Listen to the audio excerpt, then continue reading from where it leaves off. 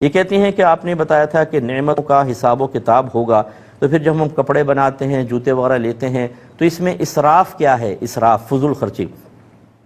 دیکھیں اللہ تعالیٰ قرآن پاک میں واضح فرماتا ہے کہ ثم لتسألن یومئذ عن النعیم، پھر تم سے اس دن نعمتوں کے بارے میں ضرور سوال کیا جائے گا۔ دوہری تاکید ہے اس میں، لام تاکید بانون تاکید ثقیلہ، ڈبل ہے یہ تاکید، ضرور تم سے نعمتوں کے بارے میں سوال ہوگا۔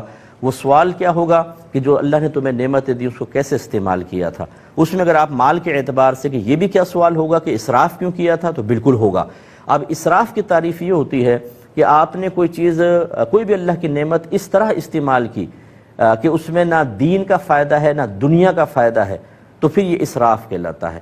جیسے اب بد نگاہی کرنا، نہ دین کا فائدہ نہ دنیا کا فائدہ، یہ نگاہوں کا اسراف کہلاتا ہے۔ ایسے اگر پیسہ آپ نے فضول خرچ کیا تو یہ اسراف میں آئے گا۔ اس کی اور امثلہ میں دیتا ہوں مثالیں، لیکن ایک چھوٹے سے بریک کے بعد۔ بسم اللہ الرحمن الرحیم۔ اب یہ نعمتوں میں اسراف جو مال خرچ کرنے کے اعتبار سے، یہ پہننے اوڑھنے کے اعتبار سے جو ہے، دیکھیں مثال کے طور پہ آپ کے پاس چند سوٹ پڑے ہوئے ہیں، اور وہ سوٹ ایسے ہیں کہ جو مطلب آپ کہیں پہن بھی سکتی ہیں اور اس میں کوئی مسئلہ بھی نہیں ہے، اسی لیول کے اسی طرح کے مزید سوٹ خریدنا یہ اسراف میں آئے گا، کیونکہ جو مقصد آپ ان سوٹوں سے حاصل کر سکتی ہیں ان کے لیے پھر دوسرے سوٹ کیوں استعمال کیے جائیں۔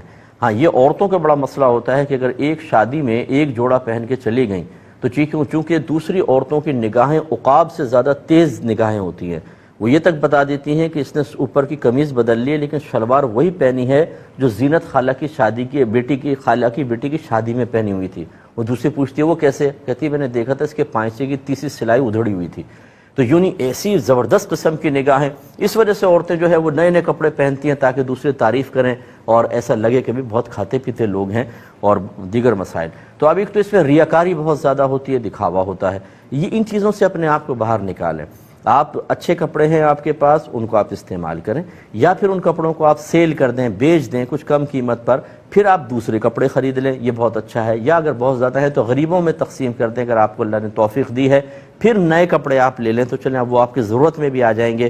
اور وہ لیکن الماریاں بھری پڑی ہیں، یہ تک نہیں پتہ کہاں یوں پکڑ کر ٹھونس دیں گے الماریوں کے اندر، اتنے کہ ایک کھینچیں تو 50 کپڑے اوپر گر جائیں گے۔ اور نئے کپڑوں کی ڈیمانڈ ہے، اس میں شوہر سے لڑ بھی رہی ہیں، ان پہ ناراض بھی ہو رہی ہیں، میکے جانے کی دھمکیاں بھی دے رہی ہیں۔ اس طرح کی نعمتوں کا جو بے جا فضول خرچ ہے یہ قابل گریفت ہو سکتا ہے، اس لیے اس پہ تھوڑا سا توجہ فرمائیں۔